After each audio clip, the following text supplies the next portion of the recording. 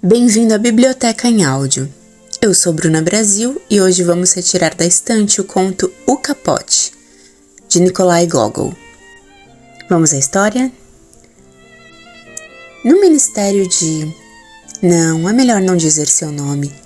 Ninguém é mais suscetível do que funcionários, empregados de repartições e gente da esfera pública. Nos dias que correm, todo sujeito acredita que se nós atingimos a sua pessoa, toda a sociedade foi ofendida.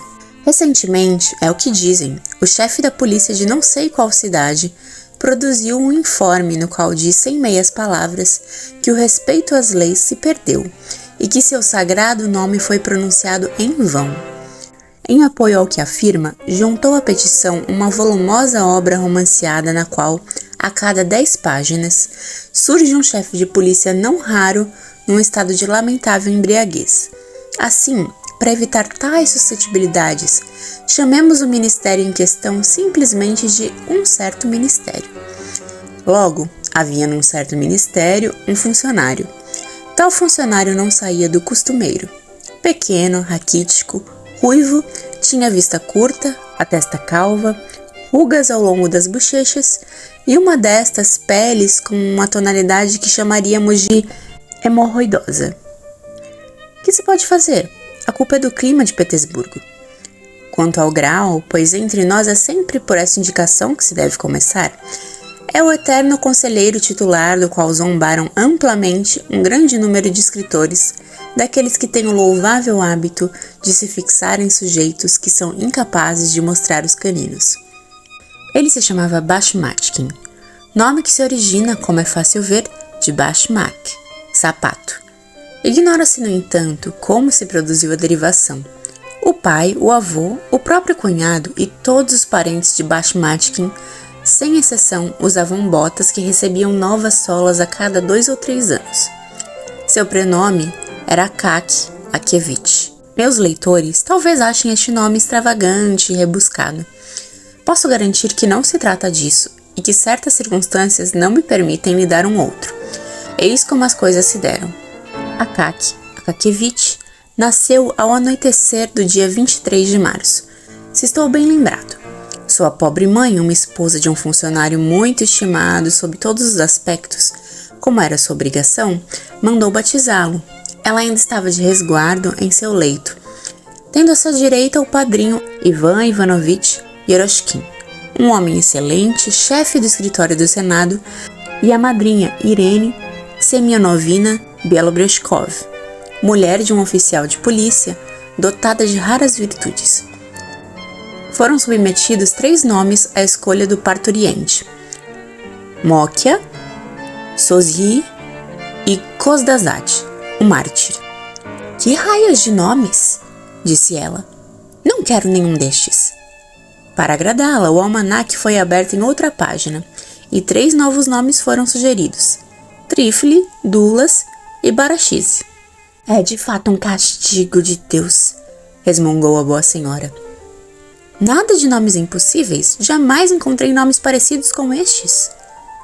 Que seja Baradat ou Baruch, mas Trifle e Barachize? Virou-se mais uma página e a leitura caiu sobre Pausikasse e Bakhtice. Vamos lá, disse a acamada. É certamente um sinal do destino. Nessas condições, o melhor é lhe dar o nome do pai. O pai se chamava Akaki. Que o filho se chame Akaki. Eis a razão pela qual nosso herói se chama Akakevich. A criança foi batizada e começou a chorar e fazer caretas como se pressentisse que um dia seria conselheiro titular. Foi assim que as coisas ocorreram. Nos sentimos obrigados a fornecer estes detalhes para que os leitores possam se convencer que tal prenome foi ditado exclusivamente pela necessidade.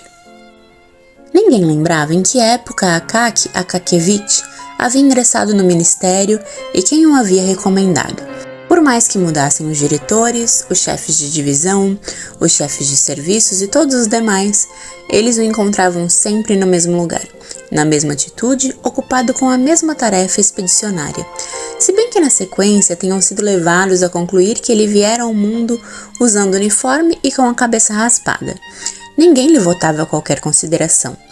Longe de se erguerem à sua passagem, os porteiros prestavam menos atenção à sua aproximação do que ao voo de uma mosca. Seus superiores o tratavam com uma frieza despótica.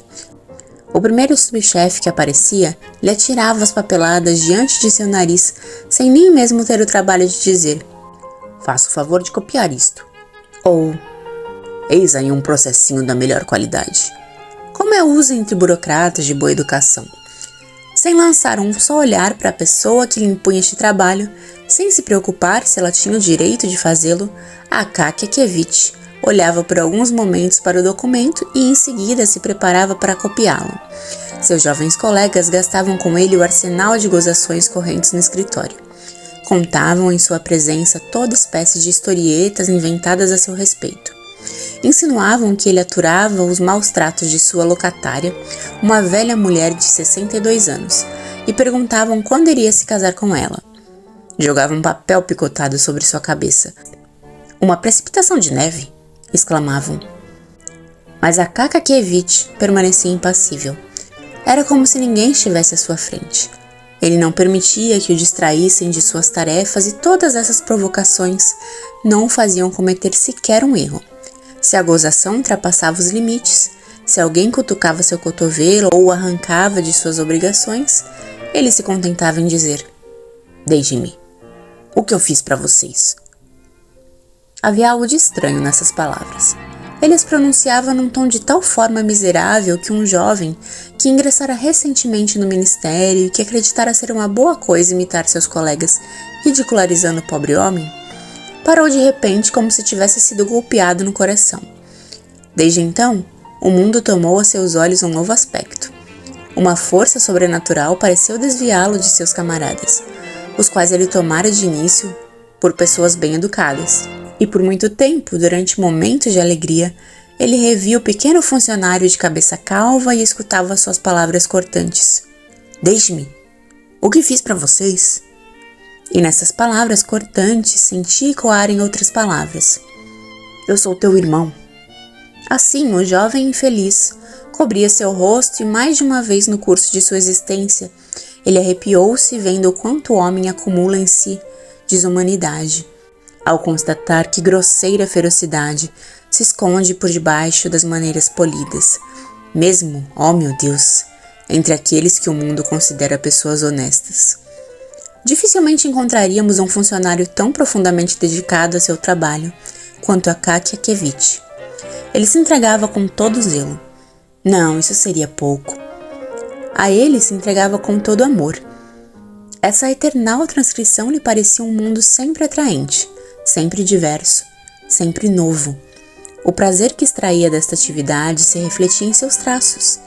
Quando chegava a certas letras que eram suas favoritas, ele se sentia deliciado, remexia os lábios como se isso o ajudasse em sua tarefa. Era dessa forma que se podia ver em seu rosto as letras que traçava com sua pena. Caso se recompensasse dignamente seu zelo, ele teria alcançado, não sem surpresa de sua parte, o título de conselheiro de Estado.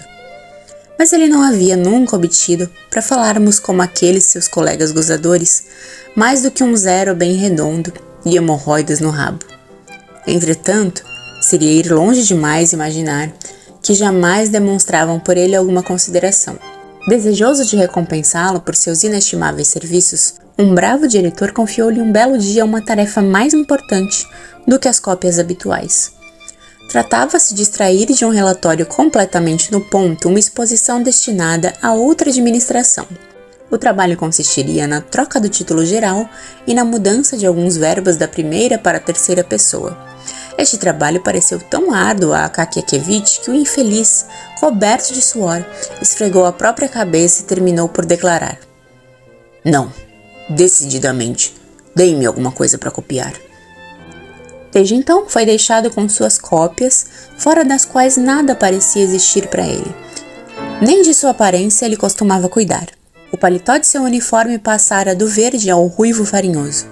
Ele usava um colarinho baixo, estreito, na saída do qual seu pescoço, embora curto, parecia de um comprimento extraordinário, como daqueles gatos de gesso com cabeça bamboleante, que são oferecidos às dezenas por pretensos estrangeiros nascidos em Petersburgo. Havia sempre um fio, uma fitinha, um pedacinho de palha grudados no seu paletó. Tinha a virtude de se encontrar debaixo de uma janela no momento preciso em que por ela eram atirados toda sorte de detritos. Como resultado, cascas de melão, de melancia e de outras bugigangas do mesmo gênero ornavam continuamente seu chapéu. Nem uma só vez em sua vida, ele prestou atenção ao espetáculo cotidiano da rua, espetáculo ao qual os jovens funcionários dedicam olhares tão atentos que chegam a distinguir na calçada em frente uma presilha rasgando, o que traz a seus lábios invariavelmente um sorriso zombeteiro. Supondo que Akaky Akakiyevich dirigisse os olhos sobre um objeto qualquer, ele deveria nele perceber linhas escritas em sua caligrafia clara e fluente. Se um cavalo subitamente colocasse o nariz sobre seu ombro, bafejando uma verdadeira tempestade em seu pescoço, ele perceberia, enfim, estar no meio da rua e não mais no meio de uma linha escrita. Voltando à sua casa, ele se colocava de imediato à mesa, engolia sua sopa de couve acompanhada com um pedaço de carne acebolada. Engolia essa mistura sem perceber que gosto tinha, juntamente com as moscas e todos os complementos que o bom Deus se dignara acrescentar conforme a estação. Quando sentia o estômago suficientemente estufado, ele se levantava, tirava de uma gaveta um vidro de tinta e copiava documentos trazidos do escritório. Caso o trabalho acabasse, ele fazia cópias para seu próprio prazer, preferindo, em lugar de peças interessantes pela beleza do estilo, aquelas que eram endereçadas a personagens recentemente nomeados ou colocados nos escalões mais altos. Há uma hora em que o céu cinzento de Petersburgo escurece completamente. Quando este pessoal burocrata, já tendo jantado, cada um segundo suas posses ou suas fantasias, já se sente refeito das preocupações do escritório, dos rangidos das penas, idas e vindas, tarefas urgentes, todas as obrigações que um trabalho infatigável se impõe muitas vezes sem necessidade. Então ele se apressa em consagrar o resto do seu dia ao prazer. Os mais atrevidos vão ao teatro. Este vai para a rua contemplar os mais belos penteados. Aquele encara uma noitada para dirigir cumprimentos a qualquer jovem atraente. Outros, os mais numerosos, vão simplesmente encontrar um colega que ocupa no segundo ou no terceiro andar um pequeno apartamento de 2 peças, cozinha, antecâmara e alguma pretensão a estar na moda. Uma lâmpada, um bibelô qualquer, fruto de inúmeros sacrifícios, tais como ficar sem jantar, sem passeios. A esta hora, portanto, na qual todos os funcionários se dispersam nas minúsculas residências de seus amigos para jogar um whist infernal enquanto degustam taças de chá acompanhadas de biscoitos de 1 centavo, fumando longos cachimbos turcos, contando enquanto se dá as cartas uma destas fofocas do grande mundo das quais a Rússia não poderia abrir mão, ou requintando, a falta de coisa melhor, a eterna historieta do comandante avisado por um engraçadinho que haviam cortado a cauda do cavalo da estátua de Pedro o Grande, esculpida por Falcone. Em resumo, nesta hora em que cada um trata de se distrair, somente Akaky Akakiyevich não se permitia qualquer repouso. Ninguém seria capaz de lembrar-se de tê-lo visto alguma vez numa festa qualquer. Após ter escrito até se fartar, ele se deitava sorrindo por antecipação ao pensar no dia seguinte. Que documentos a graça de Deus confiaria a ele para serem copiados? Assim, nesta paz decorria a vida de um homem que, com 400 rublos de vencimentos, se mostrava contente com a própria sorte. E deste modo, sem dúvida, ele alcançaria uma velhice avançada caso, neste vale de lágrimas, toda espécie de calamidades não estivesse à espera dos conselheiros titulares, do mesmo modo que dos conselheiros secretos, virtuais, áulicos, etc. Enfim, dos conselheiros de calibres os mais variados, até mesmo aqueles que não dão nem pedem conselhos a ninguém. Um poderoso inimigo espreita em Petersburgo as pessoas que gozam de vencimentos de aproximadamente 400 rublos.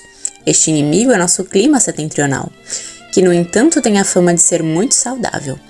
Pela manhã, entre 8 e 9, naquela hora em que os funcionários se dirigem a seus ministérios, o frio é justamente tão penetrante e ataca com uma tal violência a todos os narizes, sem distinção, que seus infelizes proprietários não sabem onde se abrigar. Quando o frio dá semelhantes piparotes na fronte de altos funcionários, fazendo com que lágrimas escorram de seus olhos, os pobres conselheiros titulares se encontram muitas vezes sem defesa. Não lhes resta senão uma oportunidade de salvação: embrulhar-se em suas magras sobrecasacas e alcançar correndo 5 ou 6 ruas o vestíbulo do ministério para ir sapatear até que degelem as faculdades necessárias ao desempenho de seus deveres profissionais. Desde algum tempo, Akakievich percorria correndo essa distância fatal, sentindo-se inteiramente enregelado, especialmente nas costas e nos ombros. Ele veio a se perguntar se não era culpa do seu capote. Examinou-o quando chegou em casa e descobriu que em 2 ou 3 lugares, precisamente nas costas e nos ombros, o pano havia assumido a transparência de uma gaze e o forro havia praticamente desaparecido. É preciso observar que o capote de Akakievich alimentava também os sarcasmos de sua repartição. Havia mesmo retirado a nobre denominação de casaco para tratá-lo desdenhosamente por capote. De fato, a vestimenta tinha um aspecto muito estranho. Sua gola diminuía ano após ano, pois ela servia para remendar outros lugares. Os remendos não colocavam em destaque o valor do alfaiate.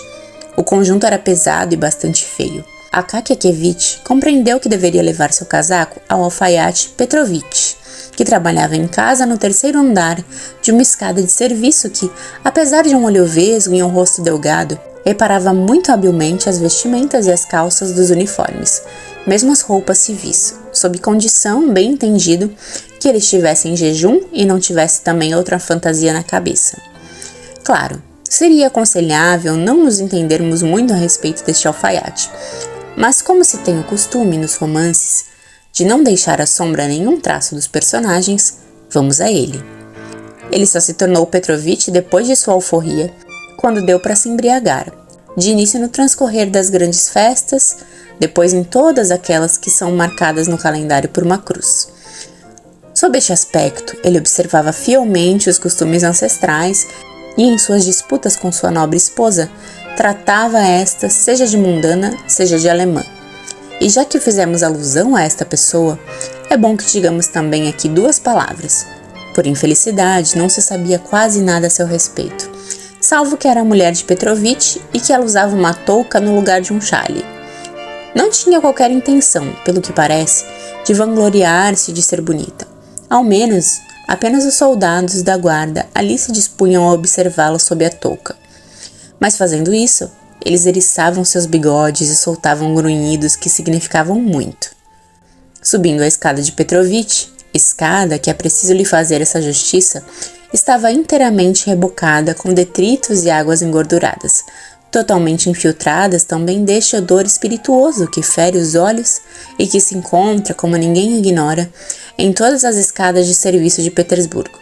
Subindo, portanto, a escada, Akakievich inquietava-se antecipadamente com o preço que Petrovich pediria e tomava firme resolução de não lhe dar mais do que 2 rublos.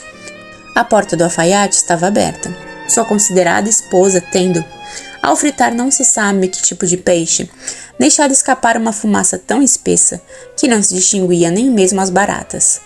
Sem ser percebido pela dona da residência, Akakievich atravessou a cozinha e entrou na peça na qual viu Petrovich sentado sobre uma grande mesa de madeira, as pernas cruzadas com um pachá turco.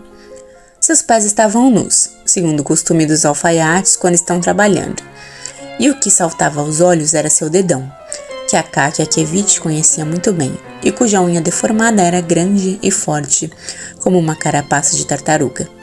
Petrovich trazia dependurado em seu pescoço um fio de seda e muitos outros fios, além de uma roupa velha sobre os joelhos. Durante uns 3 bons minutos, esforçou-se em vão para enfiar a linha na agulha, o que ele atribuía à obscuridade e à própria linha, a qual censurava em voz baixa. "Faz entrar, sua canalha. Já me irritaste bastante, maldita." Akakievich estava desolado por encontrar Petrovich furioso. Gostava de passar seus pedidos ao alfaiate até quando este se encontrava ligeiramente embriagado. Ou, como dizia sua mulher, quando este diabo de caolho tenha enchido bem a caveira. Neste estado, com efeito, Petrovich se apresentava compreensivo, acertava descontos, desmanchava-se em agradecimentos.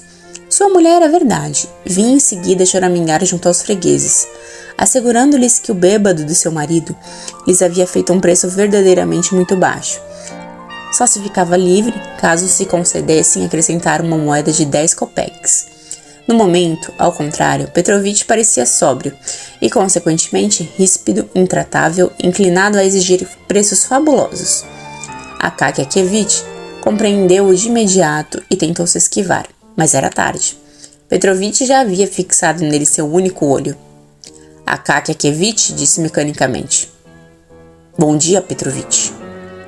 "Eu lhe desejo um bom dia, senhor," replicou Petrovich, dirigindo seu olhar para as mãos de seu visitante para ver de que despojos elas estavam carregadas. "Mas bom, eis aí, Petrovich, não é?"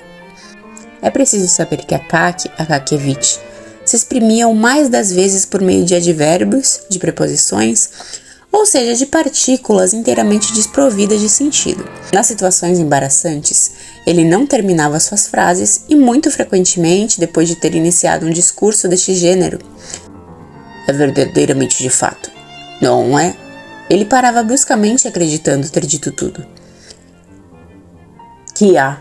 perguntou Petrovich, inspecionando com seu olho único o paletó de Akaky Akkievitch, desde a gola até as mangas, sem esquecer as costas, as abas, as casas dos botões, todas essas coisas que, aliás, ele conhecia muito bem, pois elas eram obra de suas mãos. Mas o que se pode fazer? Tal é o costume dos alfaiates. Bem, não é, Petrovich, meu casaco. Em todas as partes, aliás, o tecido continua consistente. A poeira faz que pareça um velho, mas é novo. Não há senão aqui neste lugar, não é? Eis aí, aqui, nas costas. E, ademais, este ombro está um tanto puído. E este também. Um pouco menos, está vendo? Pois bem, é tudo. Não se trata de um trabalho muito grande." Petrovich pegou o capote, estendeu sobre a mesa, analisou-o longamente, balançou a cabeça, alcançou sobre a soleira da janela uma caixa de rapé ornada com o retrato de um general, cujo nome eu ignoro, pois um retângulo de papel ocupava o lugar do rosto, furado por um golpe de algum dedo. Depois de ter aspirado o rapé, Petrovich examinou o capote junto à luz, colocando-o sobre seus braços esticados. Balançou novamente a cabeça, depois a recolocou numa posição de examinar o forro, retomou a caixa de rapé, encheu suas narinas, fechou o rapé, recolocou-a na soleira e concluiu finalmente: "Não é possível recuperar esse troço aí. Está demasiado velho." Akaky Akkievitch sentiu um golpe no coração. "Mas por que razão, Petrovich?" disse ele com uma voz quase infantil. "Ele está gasto somente nos ombros. Tu deves ter um pedaço ou dois." "Pedaços? Isso sempre se encontra," replicou Petrovich. "Mas é impossível fazer com que fiquem no lugar. O tecido está gasto até as cordas. Veja só. Isso aqui se desfiará por inteiro assim que eu meter aí uma agulha." "E daí? O que tem? Coloca assim mesmo um retalho. Vamos ver o que acontece." "E no que deseja que eu costure este tal retalho?" "Não, vá por mim, este tecido só é um tecido na falta de outro nome. O senhor mesmo está vendo que não passa de um farrapo." Não. Dê um jeito. Prenda o retalho como for possível." "Não," cortou Petrovich. "É impossível. Em seu lugar, ao chegar o frio, eu cortaria este capote em tiras com as quais embrulhar os pés, já que meias, como sabe, não aquecem e são uma invenção dos alemães para ganhar ainda mais dinheiro e encher seus bolsos." Petrovich implicava de bom grado com os alemães e mandaria confeccionar um casaco novo. A palavra novo quase cegou Akaky Akkievitch. Todos os objetos se embaralharam bruscamente diante de seus olhos, numa espécie de bruma através da qual ele não distinguiu mais do que o general com o rosto de papel que ornava a caixa de rapé de Petrovich. "Um casaco novo", murmurou ele afinal, como se fosse num sonho. "Mas onde eu iria arranjar o dinheiro?" Sim, um novo", repetiu flematicamente aquele monstro de Petrovich. "E se por acaso eu encomendasse um novo? O que é que... Vejamos, não é... Quanto iria custar? É isso que quer saber?" "Precisamente." "Aproximadamente 3 cédulas de 50 rublos. disse Petrovich apertando os lábios. Ele amava estes efeitos espetaculares, sentia prazer em embaraçar as pessoas só pelo prazer de observar que cara iriam fazer. 150 rublos por um casaco! Exclamou, pela primeira vez em sua vida, sem dúvida, o infeliz Akaky Akakiyevich, que ordinariamente falava com uma voz muito baixa. Certamente, disse Petrovich. E isso ainda depende do tipo de casaco que for escolhido. Se quiser uma gola de Marta e um capuz com forro de cetim, será preciso calcular 200 rublos. Em nome dos céus, Petrovich, implorou Akaky Akakiyevich sem querer entender o propósito do alfaiate, nem prestar atenção a seus truques. Em nome dos céus, remende-o de um jeito ou de outro, de tal modo que ainda sirva para alguma coisa. Não, eu lhe afirmo que eu perderia meu trabalho e meu tempo, e o senhor seu dinheiro. Com estas palavras, Akaky Akakiyevich deixou a peça completamente aniquilada. E muito tempo depois de sua partida, Petrovich permaneceu imóvel, os lábios pressionados, muito satisfeito por haver salvaguardado sua dignidade e a dignidade de sua arte. Uma vez na rua, Akaky Akakiyevich pensava que acabara de ter um pesadelo. Eis aí um caso, se dizia ele. Jamais acreditaria que... Não é. E após um longo silêncio, ele continuou. Não, eu não acreditaria que... Seguiu-se novamente um longo silêncio. Enfim, ele acrescentou. Não, na verdade, é algo no qual não se pode acreditar. Assim, ao invés de voltar para casa, ele se dirigiu, sem o notar, para o lado oposto. No caminho, um limpador de chaminés chocou-se com ele e sujou seu ombro. Uma avalanche de cal desabou sobre ele do alto de uma casa em construção. Ele não percebeu nada disso e só deu conta de si mesmo quando tropeçou em um policial, o qual, a alarbada ao lado da cintura, agitava um chifre de tabaco em sua mão calosa. Foi ainda preciso que o homem lhe gritasse. Que tens para trombar na fuça dos outros? A calçada é para quê? Esta interpelação fez com que abrisse os olhos e voltasse sobre seus passos. Entrando em sua residência, ele pôde afinal analisar suas ideias, examinar friamente a situação, falar consigo mesmo, não mais através de frases truncadas, mas num tom de judiciosa franqueza, do qual nos servimos para discutir com algum amigo sensato, um negócio que fere particularmente nosso coração. Não, se disse Akaky Akakiyevich. Hoje não há meio de alguém se entender com Petrovich. Ele está num estado tal. Deve ter apanhado da mulher. Vou voltar domingo pela manhã. Depois do porre do dia anterior, eu o encontrarei com um olhar visgo e a cara sonolenta. Ele vai querer beber algo para reencontrar sua confiança, e como sua mulher não lhe dará nem mesmo um centavo, então eu lhe darei uma moeda de 10 kopecks. De imediato, ele se mostrará mais conciliador, e então não é o casaco. Este raciocínio recuperou a confiança de Akaky Akakiyevich. No domingo seguinte, ele espionou a mulher de Petrovich e assim que a viu sair, ele foi ao encontro do espertalhão. Este se encontrava completamente sonolento, o olhar estrábico e a cabeça baixa. Mas assim que soube por que Akaky Akakiyevich voltara, Petrovich pareceu possuído pelo demônio. Não é impossível, declarou ele. Encomende um novo. Akaky Akakiyevich colocou em sua mão uma moeda de 10 kopecks. Muito agradecido, senhor, disse Petrovich. Vou tomar um copo em sua homenagem. Quanto ao casaco, creia em mim, não pense mais nisso. Ele está no fim, coitado. Vou lhe fazer um novo, segundo seu gosto. Confie em mim. Akaky Akakiyevich quis voltar ao assunto, mas sem escutá-lo, Petrovich continuou. Sim, conte comigo. Será um belo trabalho. E caso queira ficar na moda, eu colocarei uma gola com colchete de prata.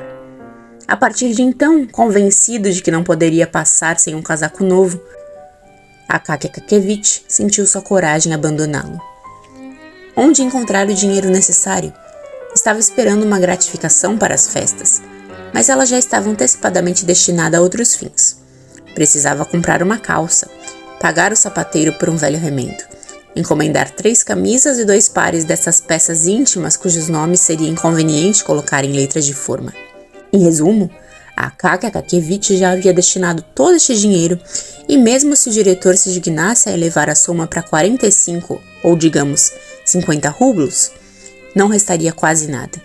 Uma bagatela que na constituição do capital exigido para o casaco representariam tanto quanto uma gota d'água no oceano. Evidentemente, Petrovich via algumas vezes a lua ao meio-dia e pedia então preços exorbitantes. Mesmo sua mulher não podia algumas vezes deixar de gritar: "Isso agora? Estás louco? Já atacou o demônio da ganância? Adin que este imbecil trabalha por nada, e eis agora que deseja receber muito mais do que vale."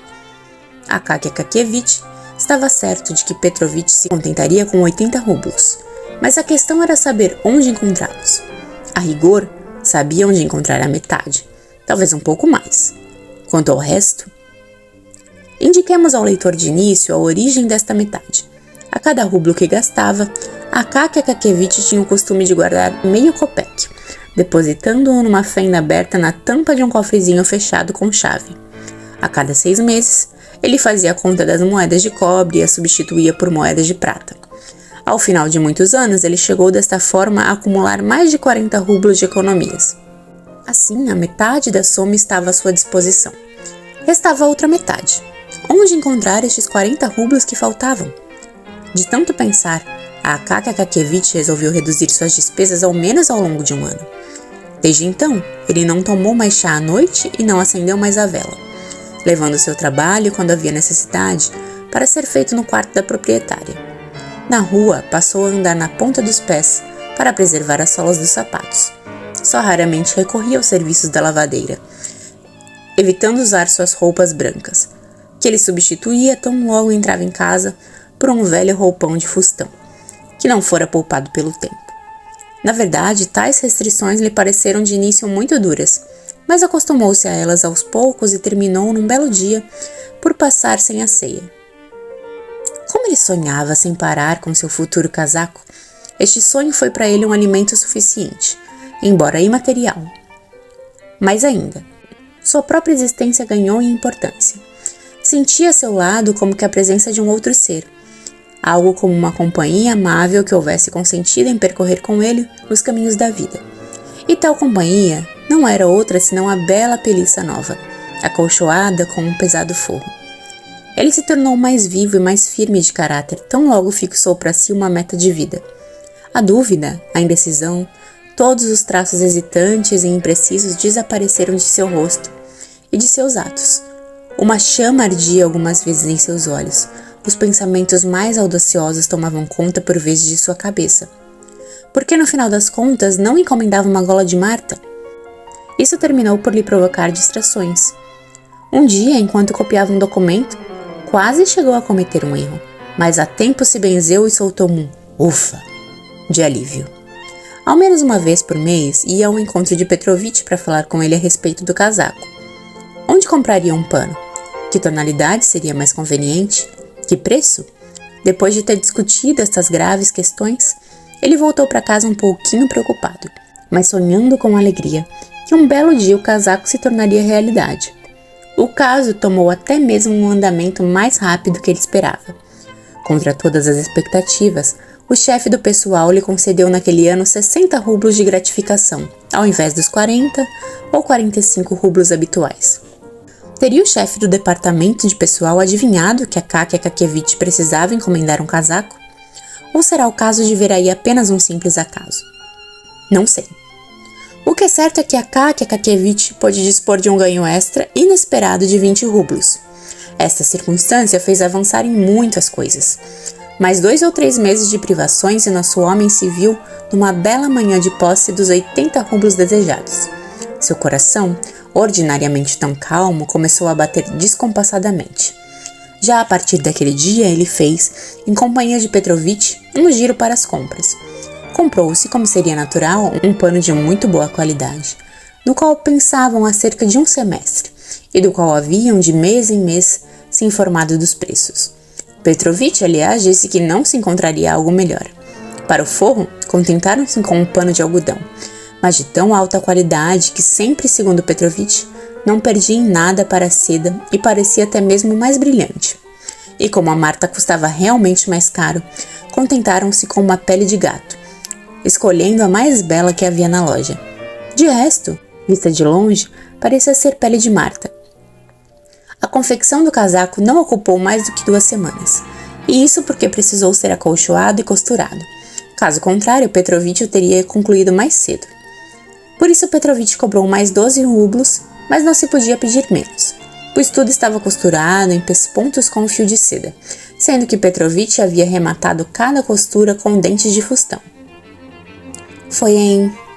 Eu não saberia dizer, juro, exatamente o dia em que Petrovich entregou enfim o casaco. Akaky Akakiyevich não conhecia o dia mais solene em toda a sua existência. Foi numa manhã, antes da saída para o ministério, e o traje não poderia ter vindo mais a propósito, pois o frio já estava muito forte, ameaçando tornar-se vigoroso. O próprio Petrovich trouxe o casaco, como deve fazer um bom alfaiate. Akaky Akakiyevich jamais vira alguém com uma cara tão majestosa. Petrovich parecia perfeitamente convencido de que realizara sua grande obra, estabelecendo de um modo definitivo o abismo que separa um alfaiate de um remendão. Ele retirou o casaco do pano que embrulhava e que viera diretamente da lavanderia, guardando o pano cuidadosamente dobrado, no bolso, para usá-lo quando houvesse necessidade. Admirou por um momento sua obra-prima com um olhar orgulhoso e com os braços estendidos, o colocou com muito esmero nas costas de seu cliente. Depois, tendo-o ajeitado bem na parte traseira, envolveu Akaky Akakiyevich à maneira dos cavalheiros. Levando em consideração a sua idade, Akaky Akakiyevich quis vestir as mangas. Petrovich ajudou na operação e esta prova resultou num sucesso. Em resumo, o casaco assentara com perfeição e não tinha necessidade de qualquer retoque. Petrovich aproveitou para declarar que se havia pedido um preço tão baixo, fora em respeito a um velho cliente e também porque trabalhava numa rua distante. Um alfaiate de perspectiva teria certamente exigido 75 rublos tão somente pelo trabalho. Akaky Akakiyevich não deu maior importância à observação.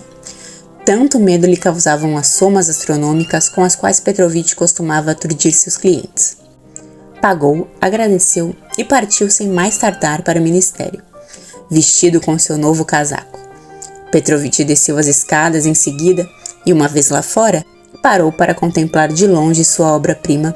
Depois, tomando uma ruela, saiu numa outra rua, alguns passos à frente de Akaky Akakiyevich, com o objetivo de admirar ainda uma vez mais, de frente agora, o famoso casaco.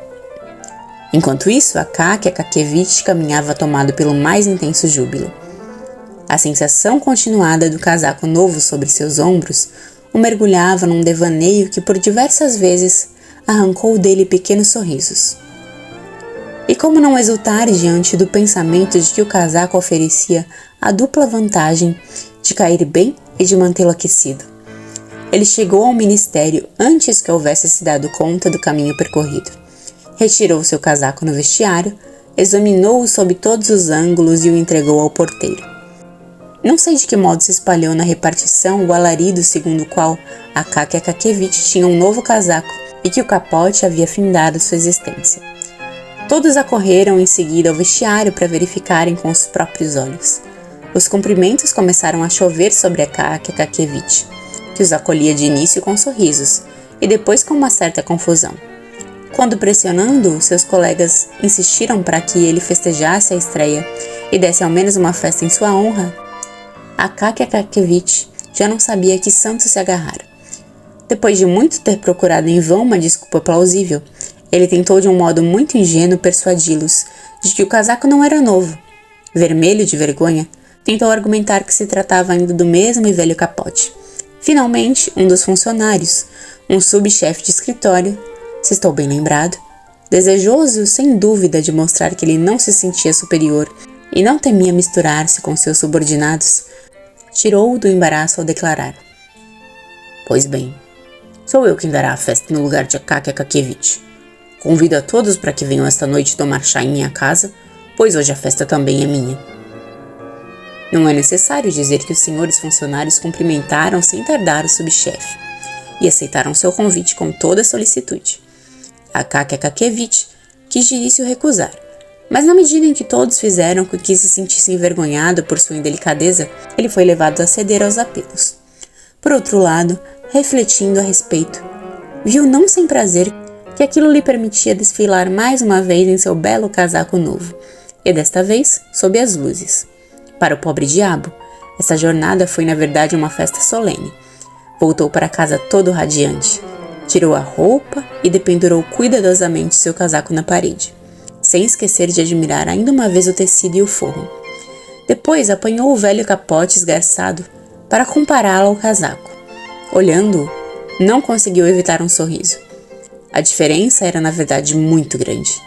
E durante sua refeição, um sorriso sarcástico marcou seus lábios cada vez que pensou no estado lamentável de seu velho sobretudo.